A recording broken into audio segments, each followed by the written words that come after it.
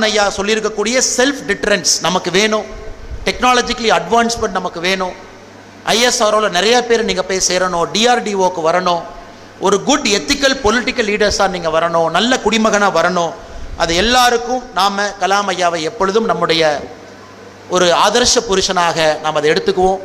அவருடைய வாழ்க்கையில் அவருடைய பயணத்தில் நடப்போம். Let us walk in the food steps Kalam ஐயா லெஃப்ட் ஃபார் அஸ். இன்னைக்கு மட்டும் நம்ம கொண்டாடணும்னு இருக்கக்கூடாது. எவ்ரிடே பாருங்கள், கலாம் ஐயாவுடைய குடும்பத்தினர், மூத்த குடும்பத்தினர் எனக்கு என்ன கொடுத்துருக்காங்க பாருங்கள். He gave me கலாம் ஐயாவுடைய ஃபேமிலி சார்பாக ஒரு மயில், ஒரு சேவல், ஒரு முருகப்பெருமானுடைய வேல். இதுதான் கலாம் ஐயாவுடைய ஸ்பிரிச்சுவாலிட்டி. எப்பவுமே அந்த ஸ்பிரிச்சுவாலிட்டி இப்படி தான் இருந்திருக்கு. ராஷ்டிரபதி பவனில் இருக்கும் பொழுது கூட வீணை வாசிக்கக்கூடிய பழக்கம் இருக்குது. நிறைய இடத்துல நான் படிச்சிருக்கேன்.